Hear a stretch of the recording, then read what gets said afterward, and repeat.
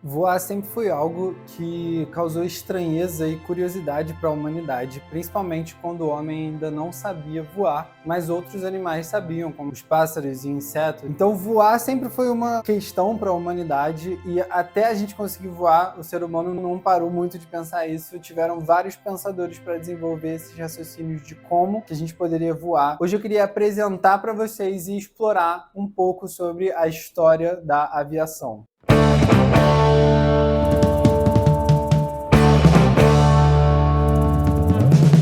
Afinal, o que faz um pássaro voar, por exemplo? Seria o seu peso? Seriam forças físicas? O ar empurra o pássaro ou o pássaro empurra o ar? Para o homem voar, a gente só precisaria fazer um pássaro gigante para voar dentro? O que de fato acontecia para que o pássaro pudesse voar? Essas e outras dúvidas acompanharam a evolução humana e o homem não parou até que de fato a gente conseguisse realizar o voo tripulado. Oi gente, tudo bem? Eu sou o Bernardo, eu sou piloto de avião e professor. Hoje a gente vai conversar um pouco, como eu falei, sobre a história da aviação. Vou mostrar para vocês de uma forma cronológica como que isso aconteceu e como que a gente saiu lá do 14 bis, um avião de seda, papel, madeira, para o que a gente tem hoje em dia de tecnologia de ponta, com aeronaves com fibra de carbono, aeronaves elétricas. Hoje o vídeo vai ser um pouco mais longo, mas eu acho que vai ficar muito legal. A primeira coisa que eu queria mostrar para vocês, que talvez vocês não saibam, é uma lenda da Grécia Antiga, que é a lenda de Dédalo e Ícaro, que seria talvez o primeiro voo do ser humano. O que diz essa lenda? Dédalo, que era um inventor na época, foi preso no labirinto do Minotauro, em Creta, junto com seu filho Ícaro. E Dédalo, como era inventor, e determinado a escapar desse labirinto, Dédalo inventou a asa, que eram feitas de penas e coladas com cera. E aí ele falou para o Ícaro para não voar abaixo demais, para que as águas não atrapalhassem ele na asa, na cera, né? E não voasse alto demais, para não chegar perto demais do sol e a cera derreter. Mas o Ícaro, empolgado ali pela sensação de voar, voou alto demais, e aí a cera derreteu e ele caiu e faleceu na queda. Então esse seria o primeiro voo do ser humano e ao mesmo tempo o primeiro acidente aeronáutico. Então essa é uma história muito legal que eu acho que é legal que vocês saibam. E agora, indo de fato para algo próximo do que a gente tem de aeronave, a gente vai lá para o século XV, na época do Leonardo da Vinci, que era um grande inventor, inventou várias coisas que ajudaram muito a humanidade. E uma das coisas que gerava curiosidade nele também era a questão dos voos. Então ele teve alguns projetos de aparelhos aéreos. E um que eu gostaria de destacar é o ornitóptero. E o da Vinci basicamente se baseava ali nas ideias que ele tinha observando a natureza. Então observando os pássaros, observando as folhas caindo em movimento de rotação. E isso foi gerando essa curiosidade e ao mesmo tempo ele foi gerando projetos para que ele pudesse gerar uma máquina voadora. O Da Vinci também projetou o que a gente tem de paraquedas hoje em dia, algo próximo aí do paraquedas também. Outros dois rapazes que foram muito importantes na história da aviação foram os irmãos Montgolfier. E eles basicamente foram responsáveis pelo que a gente conhece hoje como o voo de balão. Eles projetaram o que a gente conhece como balão. Então esses dois irmãos foram responsáveis por iniciar os voos de fato, foram os primeiros a voar, sair do chão de forma minimamente controlada. Realizaram o primeiro voo de balão em 1783. E eu acho que é importante levantar esse ponto, que a gente pensa só quem inventou o avião, mas tiveram outros aparelhos que voaram antes das aeronaves. Às vezes a gente pensa que antes do avião ser inventado, a gente não voava. E na verdade a gente voava, a gente já voava ali de planador, já voava de balão, mas voar de uma forma motorizada e controlada foi só a partir do marco da primeira criação de um avião. Mas a gente já voava, tá? Eu acho que é importante esse ponto. E como eu fiz esse parênteses, é importante que eu apresente para vocês sobre os voos de planadores e principalmente sobre o Otto Lilienthal, que é um nome muito importante para quando a gente pensa na história da aviação.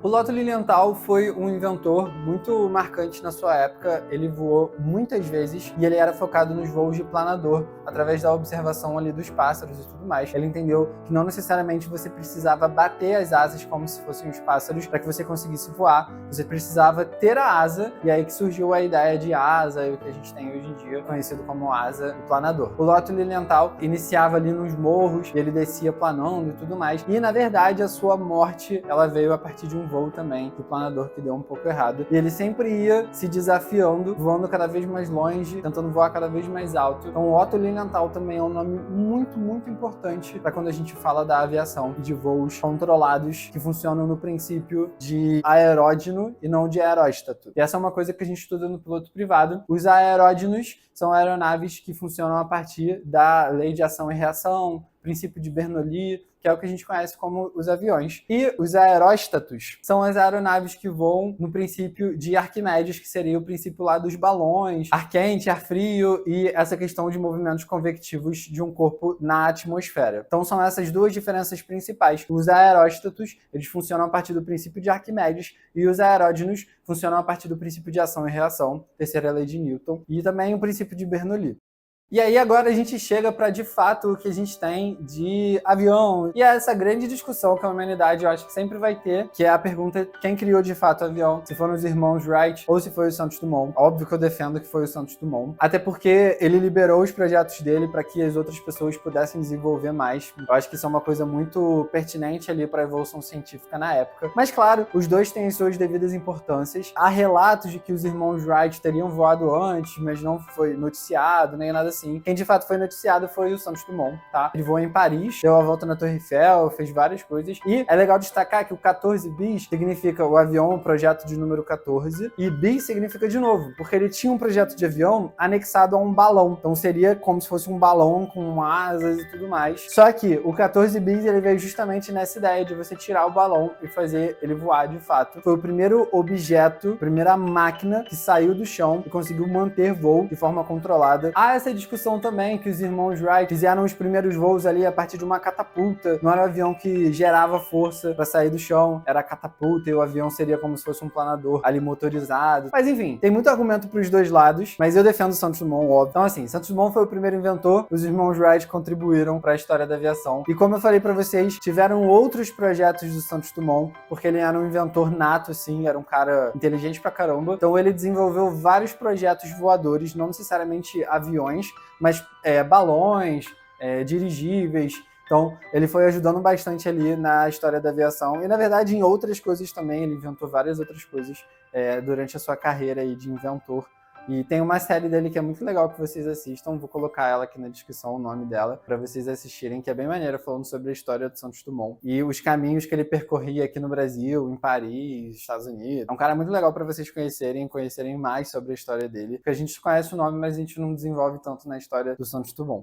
Então, a partir daqui, a gente começou de fato a falar de avião. Mas era um avião muito simples ainda, um avião feito de madeira. A ideia de aerodinâmica ainda estava meio que aparecendo ali, sendo aplicada às aeronaves. Mas a gente não tinha o perfil aerodinâmico como a gente tem hoje em dia. Então, como que esse avião, esse protótipo inicial, começou a virar o que a gente conhece como aviação hoje em dia? Do Santos Dumont, a gente pula uns 10 aninhos aí para a Primeira Guerra Mundial. Os aviões foram, de fato, cruciais para que a guerra acontecesse e se desenvolvesse como a gente conhece hoje em dia. Inicialmente, os aviões ainda estavam meio nesses protótipos. Imagina que passaram-se ali 10 anos de desenvolvimento da aviação, então não foi algo super desenvolvido. No início da Primeira Guerra, os aviões eles não eram utilizados para combates aéreos ou os dogfights, como a gente conhece dos filmes. Os aviões eles eram utilizados para sobrevoar regiões e observar a movimentação das tropas, tanto que as tropas de terra nem atiravam. Se você visse um inimigo voando, você não abatia ele, enfim. Então os aviões, eles começaram sendo utilizados na Primeira Guerra para visualização do avanço das tropas inimigas e questões estratégicas também de terreno, para que o combatente ali que estivesse utilizando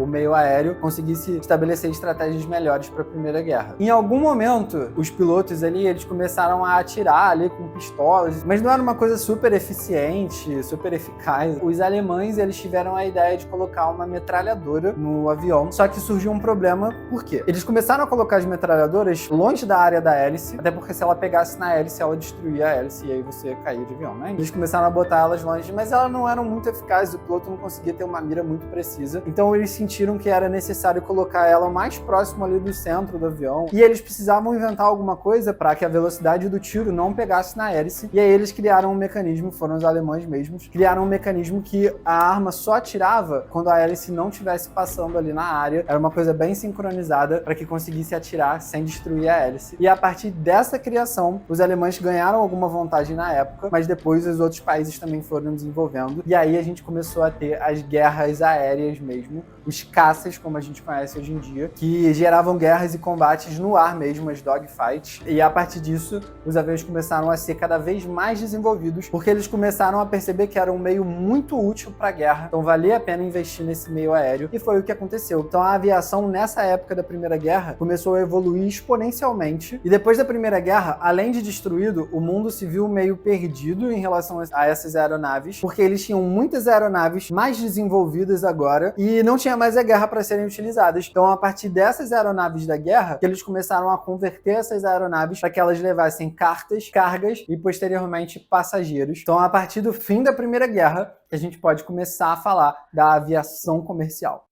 Nessa época, após a Primeira Guerra Mundial, vocês podem ouvir falar também como era de ouro da aviação, porque foi a era que os países mais investiram e começou-se a utilizar mais o modal aéreo como uma forma de transporte. Começou-se a desenvolverem projetos e empresas para que desenvolvessem mais a parte do meio aéreo. Observem que desde a Primeira Guerra Mundial, a gente começou a ter uma aviação cada vez com mais investimento dos países, com mais empresas e com mais foco da humanidade para que a gente conseguisse desenvolver mais tecnologia e, ao mesmo tempo, ter vantagens em relação a uma possível guerra, que foi o caso que aconteceu depois da Segunda Guerra Mundial, e, de forma paralela, também ter um modal comercial desenvolvido, que seria a aviação comercial. Os países começaram a ver que eles podiam, ao mesmo tempo, lucrar com essa aviação e ter uma forma de transporte mais rápida ali para os passageiros, para os empresários, políticos, pessoas importantes, tal. Eles começaram a ver que era muito prático e muito mais rápido essa forma de transporte aéreo. Paralelo a essa época, eu posso pontuar um fato um pouco mais triste que a gente teve. Após a Primeira Guerra, o Santos Dumont, ele viu que o projeto que ele criou para ser uma coisa boa, uma coisa que não causasse mortes e uma coisa segura, acabou sendo utilizado como uma arma. Dizem que nessa época ele começou a adoecer bastante, ficar meio teté das ideias, porque ele viu a coisa que ele tinha criado com tanto amor sendo utilizada para matar pessoas, então ele começou a adoecer a partir dessa época. Depois, como vocês sabem, a aviação também foi muito utilizada na Segunda Guerra, e aí sim a gente teve de fato os caças, os biplanos, triplanos, os aviões com motores radiais, e como a gente já vê nos filmes de Segunda Guerra, muitos combates foram traçados durante a Segunda Guerra. Os filmes de ação mais legais assim são dessa época exatamente, porque aí a gente tem os combates aéreos de fato, Barão Vermelho, a ideia já dos caças sendo criados e muito desenvolvidos. A partir da Segunda Guerra também, a gente teve um avanço muito grande no modal aéreo.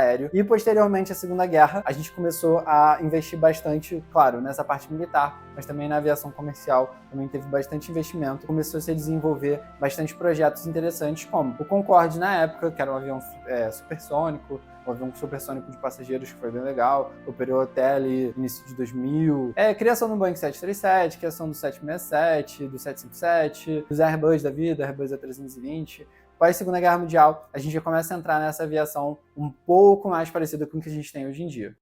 Algo que aconteceu depois da Segunda Guerra Mundial, que é interessante falar com vocês também, foi a criação da OACI, da Agência Internacional de Aviação Civil, que na verdade foi assim: após o fim da Primeira Guerra, foi criada a Liga das Nações, que era um protótipo de ONU, mas não era a ONU de fato. Vocês sabem que depois da Primeira Guerra a gente teve a Segunda Guerra. A ideia da criação da Liga das Nações era que justamente a gente não tivesse uma Segunda Guerra, que foi o que aconteceu. Então, após a Segunda Guerra, em 1945, tem a criação da Organização das Nações Unidas, e um braço das Nações Unidas foi a criação da ICAO, ou da OACI. E foi se estabelecido várias questões que tinham na época. Por exemplo, uma aeronave poderia voar no território de um país, ou seria abatida, o que as águas seriam águas internacionais, ou as águas seriam de determinado país, qual seria a fronteira determinada nas águas internacionais, caso a gente tivesse, entre o Brasil e a África, que a gente tem o oceano, até quanto seria o Brasil, até depois quanto seria os outros países da África. Então precisava se estabelecer essa questão de soberania dos países e relações comerciais também, como seria a questão de lucro das relações comerciais na aviação comercial. A criação da OACI foi muito importante para a gente ter a aviação que a gente conhece hoje em dia, regulamentada, fiscalizada, com todas as determinações legais de até quando um avião pode voar, até onde um avião pode voar, aonde a fronteira, qual seria a questão de expatriação de aeronaves e questão de matrículas. Essas questões começaram a ser debatidas a partir de 1945. E depois da Segunda Guerra, depois ali dos anos 1945 até o que a gente tem hoje em dia, a gente tem essa aviação comercial que a gente conhece, que já tem aviões consagradíssimos, como os aviões da Boeing, os aviões da Airbus. Hoje em dia, os aviões da Embraer também, eu sinto muito orgulho de ver uma empresa brasileira batendo de frente com essas grandes empresas internacionais. E dentro desse tempo, a gente teve vários projetos interessantes, como eu já citei, o projeto do Concorde, os Boeings da vida, o Boeing 777, o 737, que a gente vê bastante, o A320, o A330, 340, a era dos aviões quadrimotores, que a gente teve o Electra, a gente teve o A380, o A340, o 747. A gente teve essa época de aviões quadrimotores porque os motores não eram tão confiáveis na época e existia essa ideia de ETOPS, que a gente precisava de motores sobressalentes. Só que hoje em dia os motores são tão confiáveis que a gente não precisa mais de quadrimotores. Então os aviões que a gente vê hoje em dia, dos novos modelos, né, são o 777, o 787, o A330, o A350, que são só bimotores, porque os motores são muito confiáveis. Também nessa época a gente viu a transição dos motores a pistão, que a gente tinha, dos motores radiais ali da Segunda Guerra, dos caças e tudo mais, para os motores a reação que a gente vê hoje em dia, que a gente ouve bastante quando a gente mora perto de aeroporto. A partir dessa época aí que a gente viu a transição dos motores a pistão para os motores a reação. E tudo iniciou com um projeto que era da de Havilland, que era o Comet de Havilland. Foi o primeiro projeto a utilizar o motor a reação. Deu meio errado o projeto, teve bastante acidente por causa da questão da pressurização e alguns erros de projeto, mas ele foi o pontapé inicial para a gente conhecer o motor a reação e o poder que esse motor teria para a evolução da aviação. Então, pessoal, como eu falei com vocês, quis fazer esse mini documentário para dar uma passadona sobre a história da aviação, para que vocês conheçam um pouco mais sobre a aviação. A gente é muito apaixonado na aviação, mas às vezes a gente não conhece como a gente chegou até o que a gente tem hoje em dia de aeronaves a jato e motores a reação. Então é interessante que vocês saibam um pouco da história da aviação, para que vocês concretizem melhor o conhecimento de vocês quando vocês estiverem estudando motores, quando vocês estiverem estudando aeronaves no geral. Então é muito importante que vocês conheçam um pouco da história da aviação. Era isso que eu tinha para apresentar para vocês. Esse vídeo não necessariamente é uma aula super completa para que você faça uma prova ou alguma coisa assim. É só uma pincelada para gerar curiosidade em você e você procurar e pesquisar um pouco mais sobre a história da aviação. Como eu comentei no vídeo, eu falei de vários projetos, vários nomes de projetistas muito importantes, várias aeronaves, vários modelos clássicos, que é legal que vocês pesquisem caso vocês não saibam. Então, em resumo, é isso. Era só uma pincelada para que vocês conhecessem um pouco mais sobre a história da aviação e tentar gerar um pouco dessa curiosidade para que vocês pesquisem mais sobre a aviação no geral. Espero que vocês tenham gostado do vídeo, eu fiz ele com bastante carinho. Se você gostou, deixa um like, se inscreve aqui no canal, aproveita esse convite para que você conheça um pouco mais do meu canal. Falo bastante sobre aviação, sobre carreira de piloto, sobre como virar piloto, sobre aeroclube. Então se você gosta e se você tá virando piloto ou se você quer virar piloto, gosto bastante de trocar essa ideia com a galera que tá fazendo ou que quer virar piloto. Não se esquece de se inscrever aqui. Compartilha esse vídeo com quem você acha que pode gostar do conteúdo também. E é isso, valeu!